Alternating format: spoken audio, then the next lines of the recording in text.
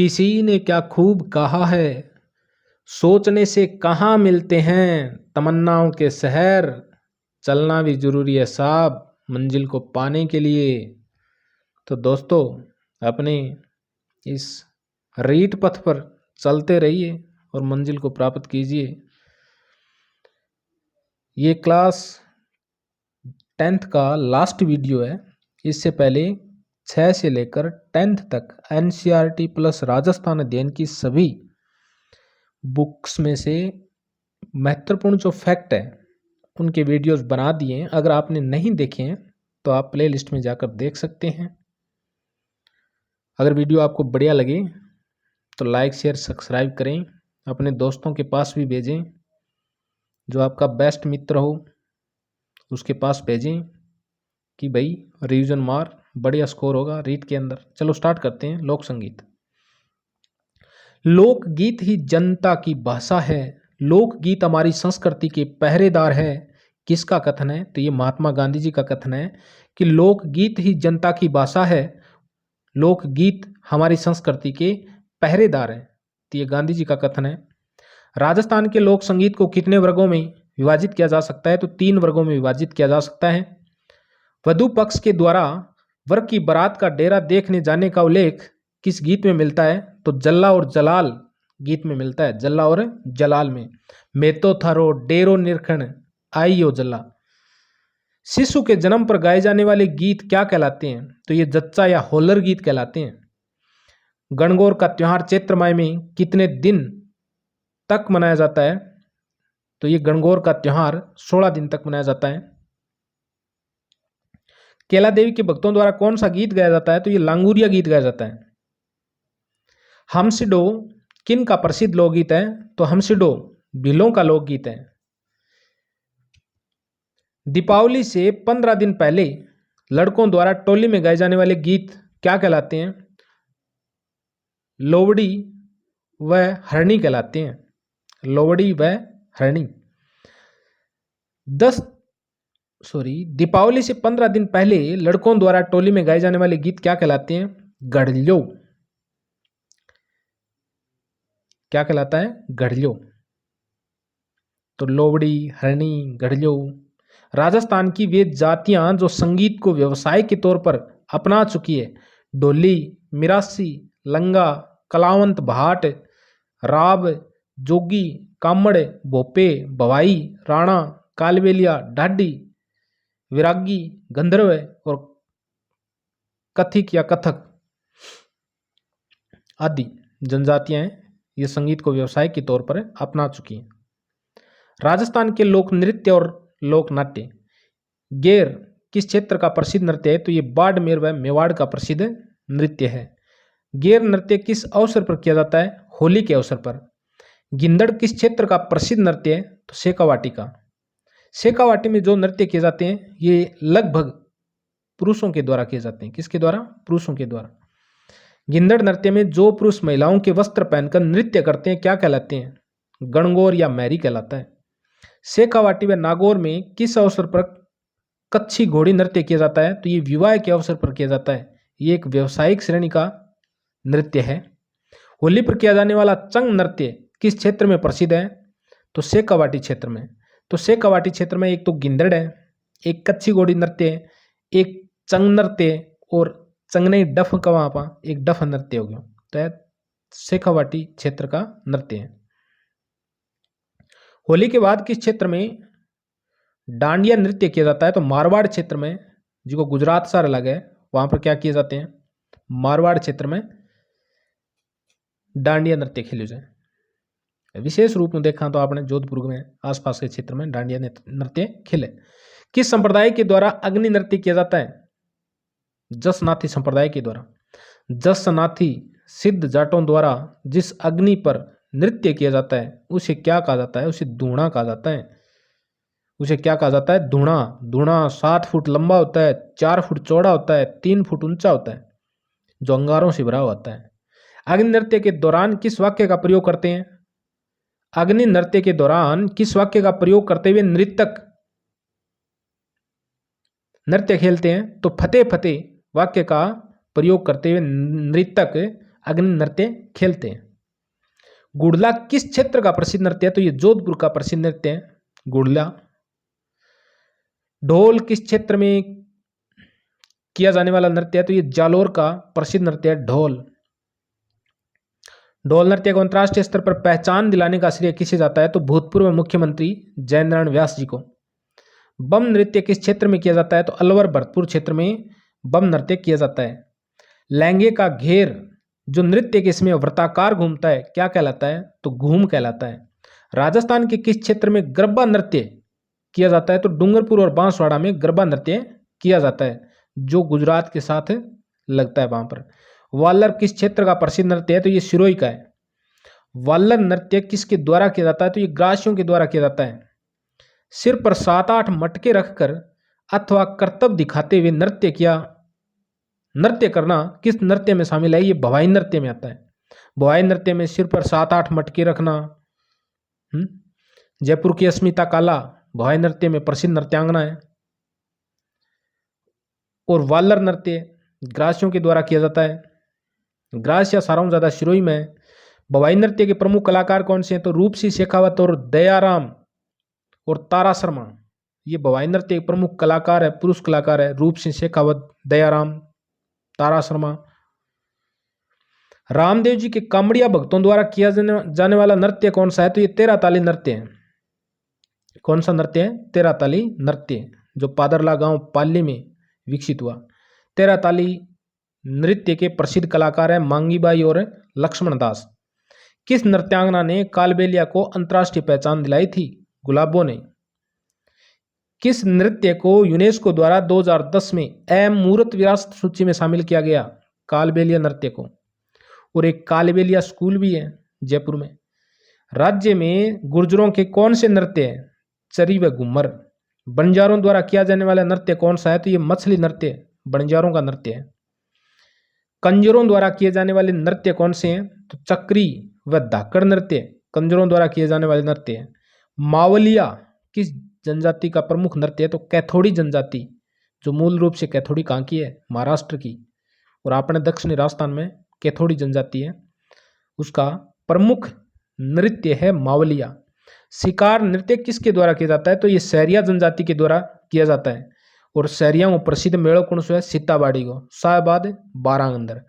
कुचामनी ख्याल का प्रवर्तन किसके द्वारा किया गया? तो ये लच्छीराम के द्वारा कुचामनी ख्याल का प्रवर्तन किया गया। कुचामनी ख्याल का प्रमुख खिलाड़ी कौन है? तो उग्गमराज है। उग्गमराज, लच्छीराम किस खेल से जुड़े हुए हैं? किस ख्याल से जुड़े हुए हैं? तो कुचामनी ख्याल से। चिड़ावा निवासी है नानूराम, और नानूराम का संबंध किससे रहा? तो शेखावाटी ख्याल से रहा। दूलिया राणा का संबंध किस ख्याल से है? तो शेखावाटी ख्याल से। तो नानूराम, दूलिया राणा ये किस ख्याल से संबंधित है? तो ये शेखावाटी ख्याल से संबंधित है। और लच्छीराम, उग्गमराज ये कुचामनी ख्याल से संबंधित है। किस ख्याल में स्त्री पात्रों की भूमिका स्त्रियां ही निभाती हैं? तो जयपुरी ख्याल है ना, उसमें जो स्त्री पात्र की भूमिका है वो स्त्री निभाती हैं, और ख्यालों में ऐसा नहीं होता है। तुर्रा कलंगी ख्याल की रचना किसने की थी? मेवाड़ के शाह अली व तुक्कनगिर नामक संतों ने।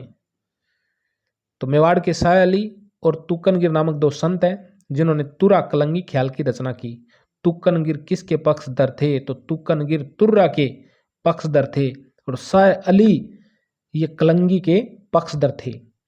तुर्रा कलंगी में होने वाले संवाद क्या कहलाते हैं? तो ये बोल कहलाते हैं। तुर्रा को किसका प्रतीक माना जाता है? तो तुर्रा को शिव का प्रतीक माना जाता है। कलंगी को किसका प्रतीक माना जाता है? तो पार्वती का प्रतीक माना जाता है। गौरी नृत्य किस क्षेत्र में किया जाता है? तो ये मेवाड़ क्षेत्र में किया जाता है। गौरी नृत्य किसके द्वारा किया जाता है? तो ये भीलों के द्वारा किया जाता है। भाद्रपद कृष्ण प्रतिपदा को भोपा किस देवी से गौरी मंचन की आज्ञा लेता है? तो ये खेड़ा देवी से लेता है। कौन सी देवी से? खेड़ा देवी से। गौरी का मंचन कितने समय तक होता है? तो 1.25 महीना तक होता है भाई, 1.25 महीने तक। गौरी का कौन सा पात्र स्त्री रूप में पार्वती व भगवान विष्णु का रूप होता है? तो राया। गौरी का मुख्य पात्र कौन होता है? तो बुढ़िया होती है।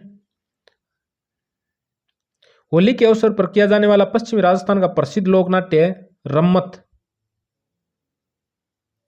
रम्मत लोकनाट्य के अखाड़े की शुरुआत किसके द्वारा हुई थी? तेज कवि जो जैसलमेर का था। रम्मत की मूल ऊर्जा किसे कहा जाता है?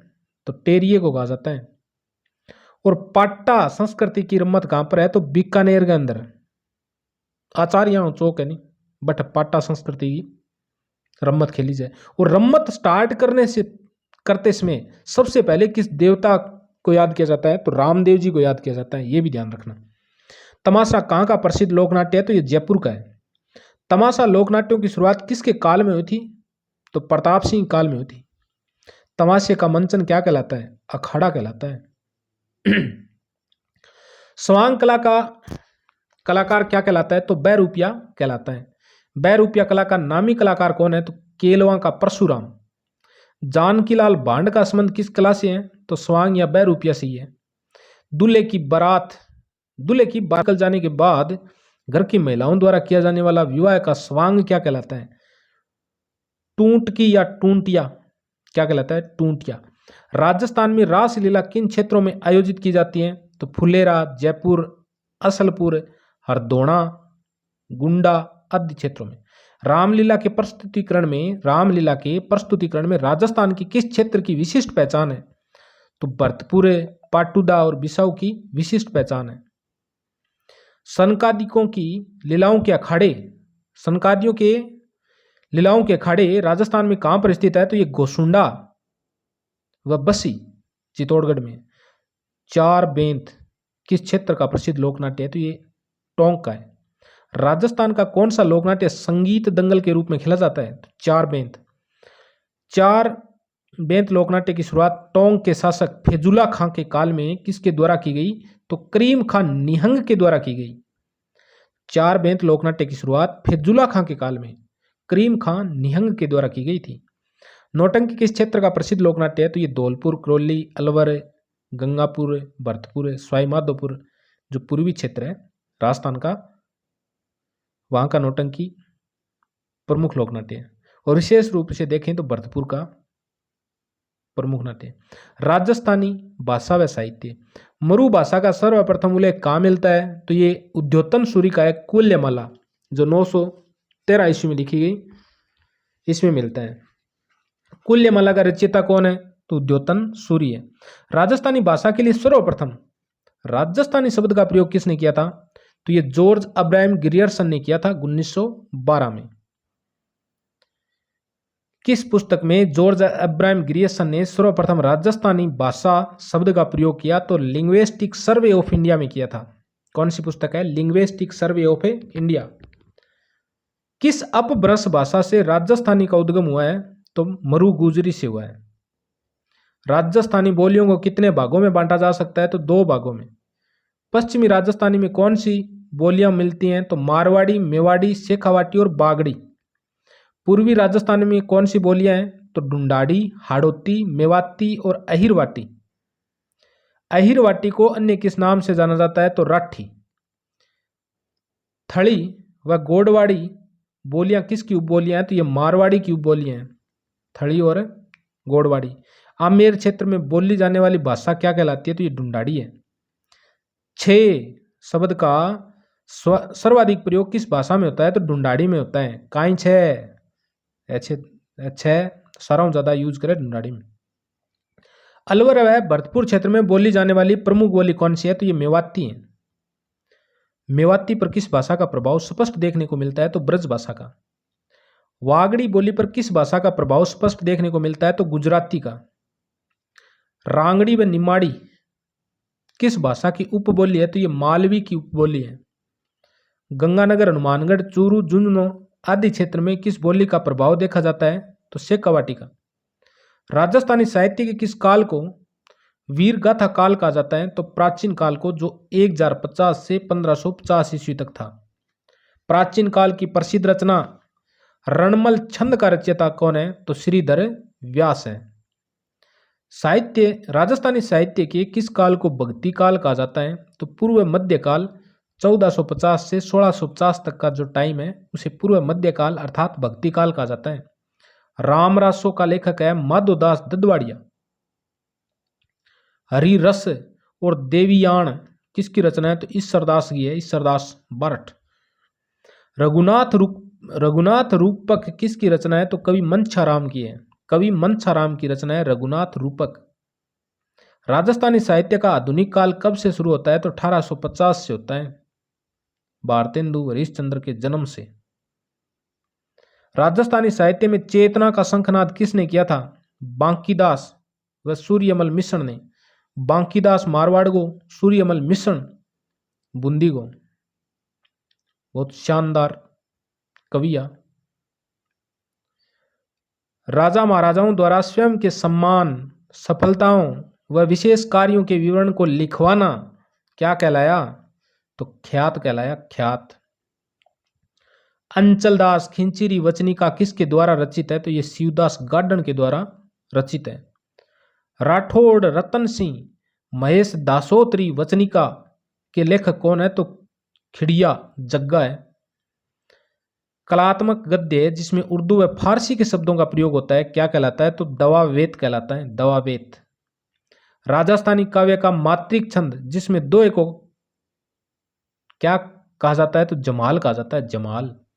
कहानी की तरह कहने व सुनने की विधा क्या कहलाती है? राजस्थानी में वात कहलाती है। किस काव्य के मात्रिक छंद के 24 अक्षर के वार्णिक छंद के अंत में यंगण होता है? तो ये जूलना के होता है। किस काव्य के मात्रिक छंद के 24वें अक्षर के वार्णिक छंद के अंत में यंगण होता है? तो यंगण है, ये झूलना होता है। यज्ञण मगण तगण सगण जगण कई हुए जिसका सवैया में राम काम आवे। संत महात्माओं का जीवन परिचय राजस्थानी भाषा में जिस पद्यबद्ध रचना में मिलता है उसे क्या कहा जाता है? तो उसे पर्ची कहा जाता है।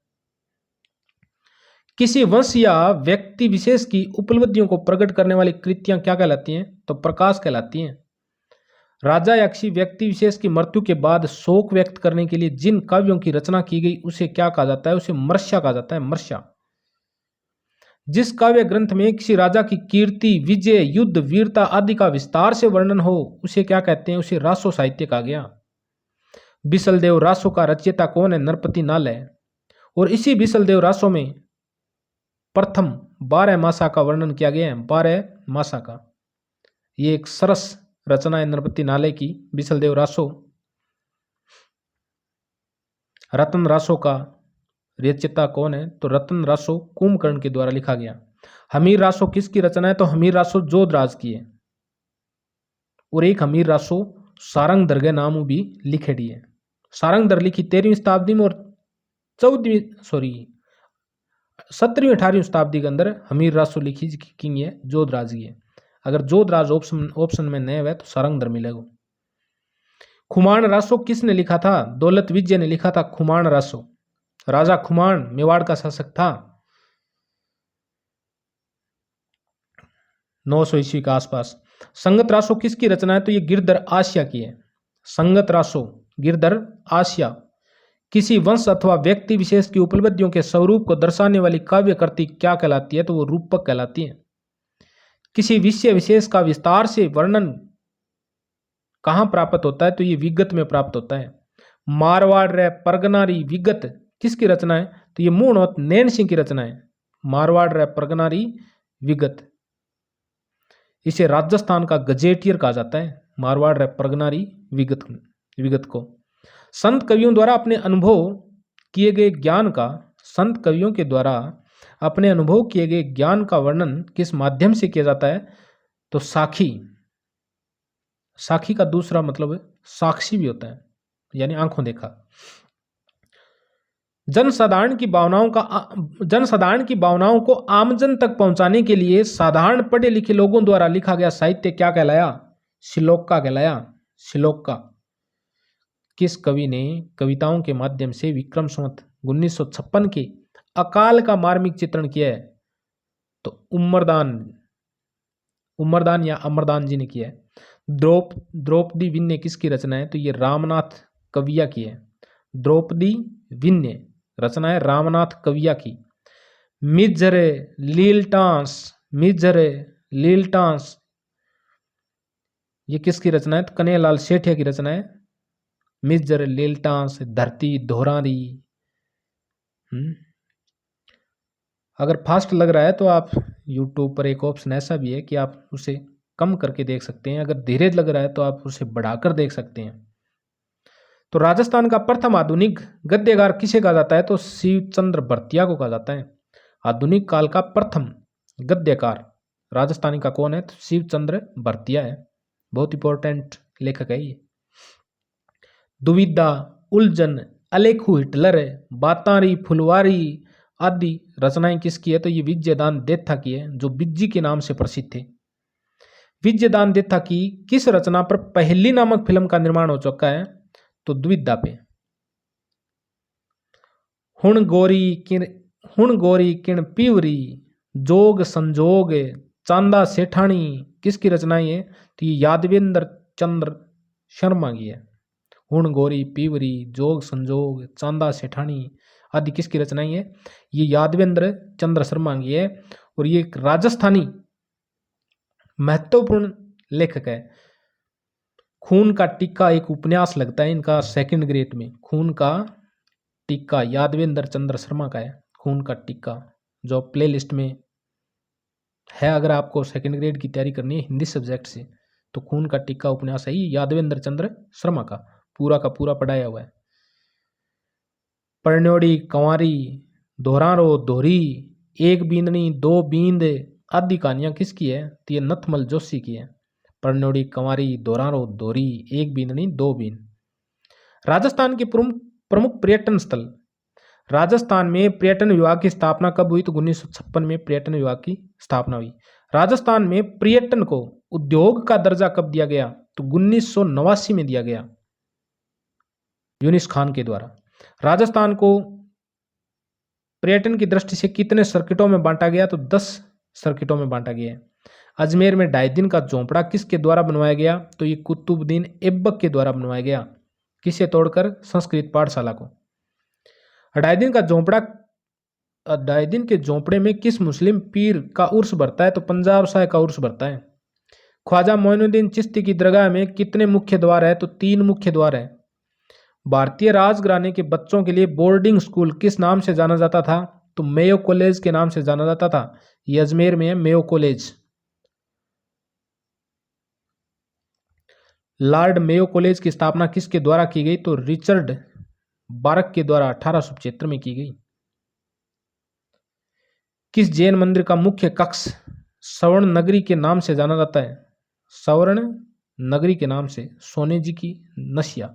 ये सोने जी की नसिया भी अजमेर में ही है, जो जैन समुदाय का एक मंदिर है। पुष्कर झील में कितने घाट है? तो 52 घाट है। राजस्थान की कौन सी झील तीर्थराज कहलाती है? तीर्थराज, तीर्थों का मामा पुष्कर है।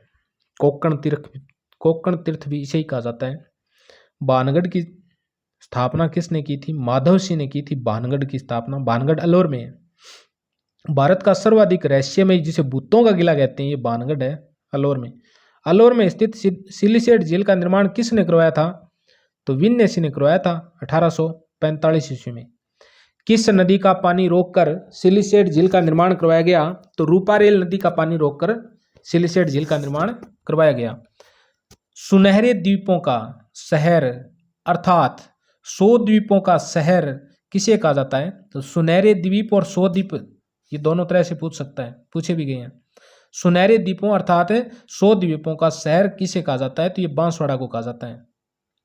माँ त्रिपुरा सुंदरी शक्तिपीठ कहाँ पर है? तो उमराई गांव बांसवाड़ा में है। कौन से गांव में है? उमराई गांव बांसवाड़ा। राजस्थान का जलियांवाला बाग किसे कहा जाता है? तो मानगढ़ धाम को कहा जाता है, क्योंकि 17 नवंबर 1913 को यहाँ पर जो घटना घटित हुई थी, इसलिए इसे राजस्थान का जलियांवाला बाग कहते हैं। मानगढ़ धाम में मेला कब लगता है? तो मार्ग शीर्ष पूर्णिमा को लगता है। मानगढ़ धाम किसकी कर्मस्थली माना जाता है? तो गोविंद गुरु की। गोविंद गुरु नहीं, गोविंद गिरी। गोविंद गिरी थे। गोविंद गुरु सिख संप्रदाय में हुए हैं, ये गोविंद गिरी है। सीतावाड़ी मेले का आयोजन कहाँ पर होता है? तो बारां में होता है। बारां में स्थित शेरगढ़ किले का मूल नाम क्या है? तो कोसवर्धनगढ़ है। राजस्थान का मिन्नी खजुराहो किसे कहा जाता है? तो रामगढ़ भंडदेवरा मंदिर को कहा जाता है। किराडू के मंदिरों में सबसे बड़ा मंदिर कौन सा है? तो सोमेश्वर महादेव को मंदिर है, जिसको सारा बड़ो मंदिर है। राजस्थान की कौन सी देवी बुआसा के नाम से प्रसिद्ध है? तो रानी बटियाणी, ये झुंझुनू में। रानी बटियाणी किसकी आराध्य देवी है? तो ये डोली जाति की। राजस्थान की कौन सी देवी पाकिस्तान में भी पूज्य है? तो ये रानी बटियाणी है, ये पाकिस्तान में भी पूज्य है। केला देवी घना राष्ट्रीय उद्यान कहां पर है? तो ये भरतपुर में है। रानी बटियाणी झुंझुनू को नहीं है भाई। राजस्थान की कौन सी देवी बुआसा के नाम से प्रसिद्ध है? तो रानी बटियाणी है। झुंझुनू में तो रानी सती है। सरिस्का टाइगर रिजर्व कहां पर स्थित है? तो ये अलवर में है। जवार बुर्ज तथा फतेह बुर्ज किस जिले में है? तो लोहागढ़ में है। और लोहागढ़ कहां पर है? भरतपुर में है। जिसका निर्माण किसने करवाया था? कमेंट में लिखना। किस ब्रिटिश अधिकारी ने लोहागढ़ किले पर अधिकार किया? लॉर्ड वेल्सले ने। मैनाल जलप्रपात कहां पर स्थित है? तो ये भीलवाड़ा में है। मांडलगढ़ का किला कहां पर स्थित है? तो ये भीलवाड़ा में है। मांडलगढ़ भीलवाड़ा में। फूलडोल का मेला कहां पर आयोजित होता है? तो शाहपुरा भीलवाड़ा में। कुंड व बावड़ियों का शहर स्टेट ऑफ वेल्स बूंदी को कहा जाता है। 84 खंभों की छतरी किसके द्वारा बनवाई गई? राव अनिरुद्ध के द्वारा। क्वीन स्टेपवेल रानी जी की बावड़ी कहां पर है? तो ये बूंदी में है। रानी जी की बावड़ी का निर्माण किसने करवाया? तो रानी नाथावती जी ने करवाया था। चित्तौड़ का किला किन नदियों के संगम पर है? तो गंभीरी व बेड़च नदियों के संगम पर है। गंभीरी और बेड़च नदियों के संगम पर स्थित है। विजय स्तंभ जिसके निर्माण में 8 साल का समय लगा का निर्माण शुरू कब हुआ था? 1440 में। कीर्ति स्तंभ की ऊंचाई कितनी है? तो 24.5 मीटर है। 6वीं मंजिल कीर्ति स्तंभ का निर्माण किसने करवाया? तो जीजा बघेरवाल व उसके पुत्र पुण्यसिंह ने करवाया था। यदि मुझे राजस्थान में एक जागीर की पेशकश की जाए तो मैं भैंसरोडगढ़ को चुनूंगा, किसने कहा था? कर्नल जेम्स टोड ने। और ये भैंसरोडगढ़ कहां पर है? ये चित्तौड़गढ़ में है। चांद बावड़ी कहां पर है? तो ये अबानेरी दौसा में। बहुत शानदार प्रश्न है। चांद बावड़ी कहां पर है? बहुत बार पूछी गई है। पर्यटन विभाग द्वारा दौसा में अबानेरी महोत्सव का आयोजन कब किया जाता है? तो ये सितंबर अक्टूबर में किया जाता है। हर्षद या हर्षद माता का मंदिर कहां पर है? ये दौसा में। ये भी गुर्जर प्रतिहारकालीन मंदिर है। हर्षद माता का मंदिर महामारू शैली का है, याद रखना, बहुत ही शानदार है, बहुत बार पूछा गया है। वन विहार अभ्यारण्य कहां पर है? तो ये धौलपुर में। मचकुंड तीर्थ कहां पर है? ये भी धौलपुर में। डूंगरपुर के वेणेश्वर मंदिर का निर्माण किसने करवाया था? संत माऊजी की बेटी जनक कुंवरी ने करवाया था। गलियाकोट दरगाह किस समाज के लिए पवित्र स्थान है? तो ये बोहरा समाज के लिए। डूंगरपुर के गलियाकोट में किसकी दरगाह है? तो सैयद फखरुद्दीन की दरगाह है। गेब सागर झील कहां पर स्थित है? तो ये डूंगरपुर में है। कालीबंगा सभ्यता स्थल कहां पर है? तो ये हनुमानगढ़ में है। भटनेर के किले का निर्माण किसने करवाया था? भूपत भाटी ने करवाया था। बीकानेर के किस शासक ने भटनेर के किले को जीता था? सूरत सिंह ने 1805 में जीता था। हवा महल की आकृति कैसी है? तो ये कृष्ण के मुकुट के समान है। हवा महल का निर्माण किसने करवाया? तो प्रताप सिंह ने 1799 में करवाया था। हवा महल का वास्तुकार कौन था? तो लालचंद उस्ता था। हवा महल में झरोकों की संख्या है 953। आमेर महल का निर्माण किसके द्वारा करवाया गया? तो राजा मानसिंह प्रथम के द्वारा 1592 में करवाया गया। आमेर की सुरक्षा के लिए जयसिंह द्वितीय द्वारा किस दुर्ग का निर्माण करवाया गया? तो जयगढ़ दुर्ग का निर्माण कराया 1726 में। जयपुर का पहरेदार किस किले को कहा जाता है? तो नारगढ़ को कहा जाता है। और नारगढ़ को सुदर्शनगढ़ भी कहा जाता है, जो मराठों के भय से बनाया गया था। जयपुर स्थित अल्बर्ट हॉल की आधारशिला किसने रखी? प्रिंस ऑफ वेल्स ने। अल्बर्ट हॉल का डिजाइन किसके द्वारा बनाया गया? सर स्टीवन जैकब के द्वारा। सर स्टीवनटन जैकब के द्वारा। राजा ईश्वर सिंह द्वारा निर्मित ईश्वर लाट को अन्य किस नाम से जाना जाता है? तो सरगासुली। अब ये सरगासुली है, ये ईश्वर लाट है, ये ईश्वर सिंह ने बनाई थी और इसी पर ईश्वर लाट से गिरकर ईश्वर सिंह की मृत्यु हुई और इसे कहा जाता है सरगासुली। जैसलमेर का किला किस पर्वत पर स्थित है? तो ये त्रिकुट पर्वत पर है। जैसलमेर का किला किस नाम से जाना जाता है? तो ये सोनार यानी गोल्डन फोर्ट के नाम से जाना जाता है। ग्रेट इंडियन बस्टर्ड पक्षी किस उद्यान में पाया जाता है? तो डेजर्ट नेशनल पार्क यानी राष्ट्रीय मरु उद्यान में पाया जाता है। जैसलमेर की सबसे बड़ी व खूबसूरत नक्काशीदार वैली कौन सी है? तो पटवों की वैली है। तनोट माता के मंदिर का निर्माण विक्रम संवत 828 में किसने करवाया था? तो भाटी राजपूत नरेश तणुराव ने करवाया था। तनोट माता को किसका पुनर्जन्म माना जाता है? तो ये हिंगलाज माता का पुनर्जन्म माना जाता है। किस देवी की आराधना बीएसएफ के जवानों द्वारा की जाती है? तो तन्नोट राय माता की। हिंदू मुस्लिम एकता का प्रतीक किस मेले को माना जाता है? तो रामदेवरा को। जैसलमेर के भाटी शासकों की छतरियां व स्मारक किस स्थान पर है? तो बड़ा बाग। जिस स्थान पर जैसलमेर के शासकों की छतरियां और स्मारक बने हुए हैं उसे बड़ा बाग कहते हैं। बड़ा बाग किसने बनवाया? तो जैसलमेर के महाराजा जय सिंह द्वितीय ने बनवाया था। सुंदा माता मंदिर कहां पर है? जालोर में है, जहां पर राजस्थान का प्रथम रोपवे 2006 में स्थापित हुआ था। अलाउद्दीन खिलजी ने जालोर में अपने शासन के दौरान किसकी मस्जिद बनवाई थी? तो बगदाद के सुल्तान मलिक शाह की दरगाह है। तो कई बार पूछे क्वेश्चन है, मलिक शाह की दरगाह कहां पर है? तो ये जालोर में है। कहां पर है? जालोर में। किसने बनवाई? अलाउद्दीन खिलजी ने। गागरोन के किले का निर्माण किसने करवाया? तो बिज्जल देव ने करवाया था। गागरोन में जल जोहर किसके काल में हुआ? तो अंचलदास खिंची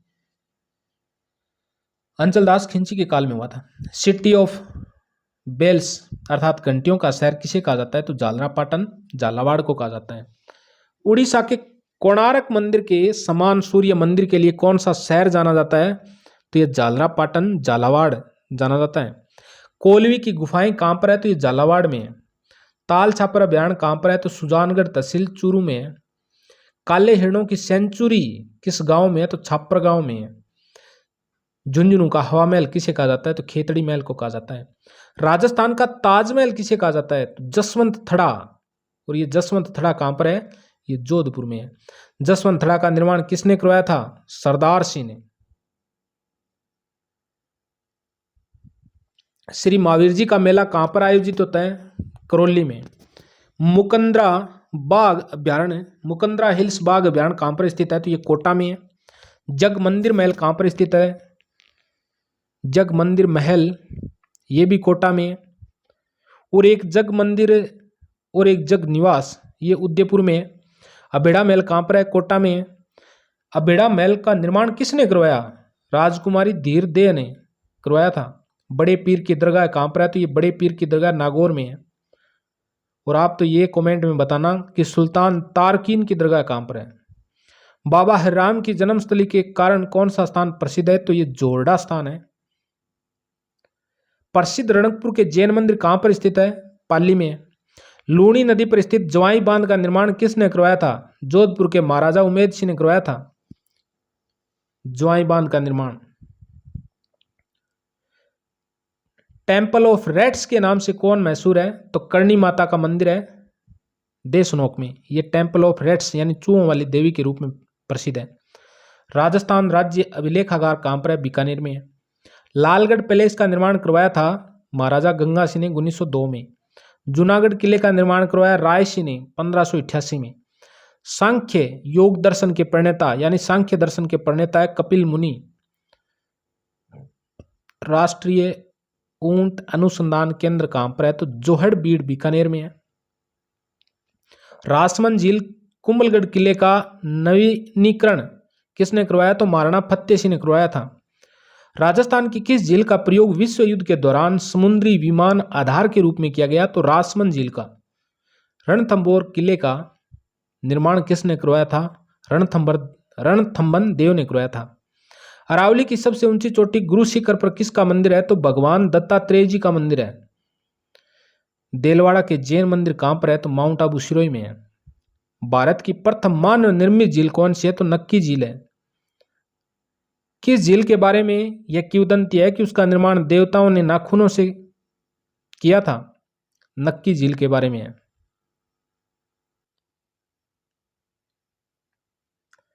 किस बांध को जयपुर के लिए जीवनदायिनी या जीवनदायी कहा जाता है? तो बिसलपुर बांध है, ये टोंक में। सुनहरी कोठी कहां पर है? तो ये टोंक में है। बुड्ढा जोहड़ गुरुद्वारे का निर्माण किसने करवाया? तो संत फतेह सिंह ने करवाया था। गुरुद्वारा बूढ़ा जोड़ कहाँ पर स्थित है? तो ये रायसी नगर गंगानगर में पड़ता है।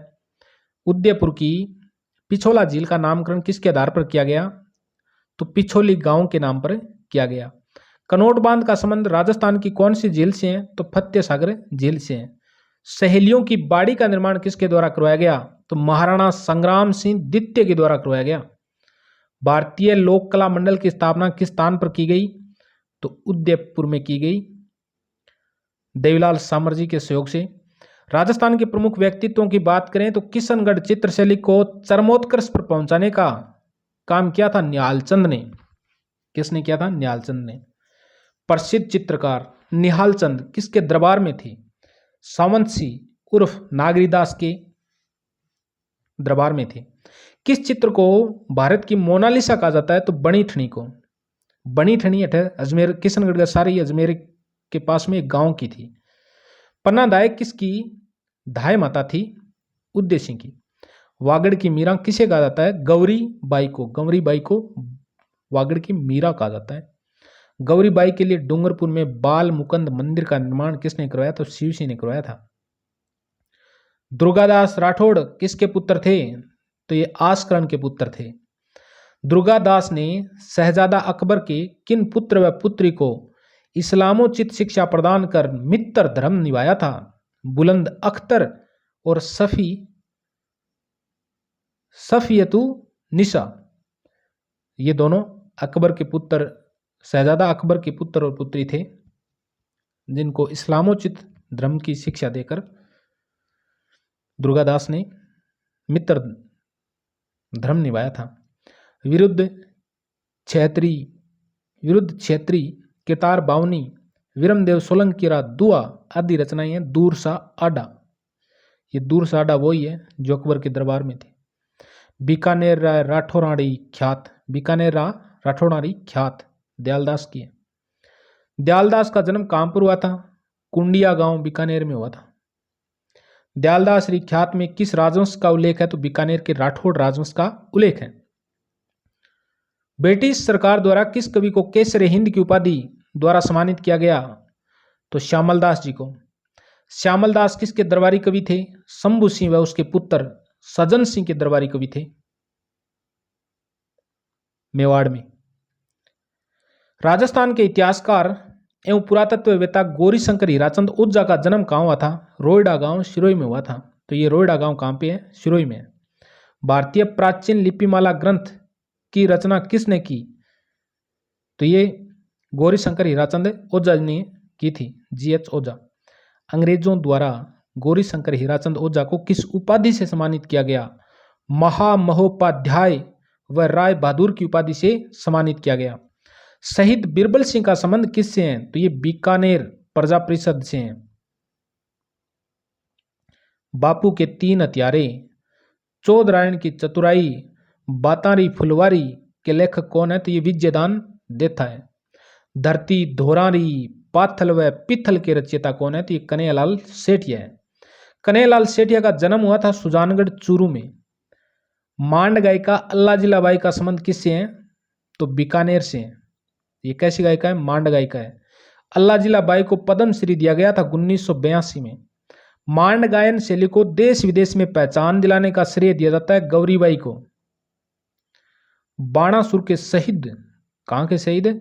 बाणासुर के शहीद उपनाम से किसे जाना जाता है? तो मेजर शैतान सिंह को जाना जाता है। शिक्षा संत के रूप में कौन प्रसिद्ध है? तो स्वामी केशवानंद जी शिक्षा संत के रूप में प्रसिद्ध है। स्वामी केशवानंद के बचपन का नाम बिरमा था। क्या नाम था? बिरमा। स्वामी केशवानंद के अध्यापन की शुरुआत कहां से की? संग्रिया से की थी अध्यापन की शुरुआत। स्वामी केशवानंद ने अध्यापन की यानी पढ़ाने की शुरुआत कहां से की थी? संग्रिया से।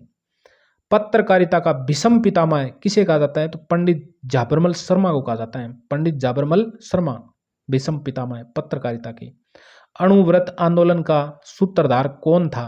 तो आचार्य तुलसी थे। जोधपुर के बोरुंदा कस्बे में रूपायन संस्थान की स्थापना किसने की थी? कोमल कोठारी ने की थी और इसके सहयोगी थे कौन? बिजी विजयदान देथा। शिल्प गुरु कृपाल सिंह शेखावत का संबंध किससे था? तो इसका संबंध बल्लू पोट्री से था। बल्लू पोट्री। राजस्थान रत्न प्रसिद्ध गजल गायक जगजीत सिंह का संबंध किस क्षेत्र से है? तो गंगानगर से है।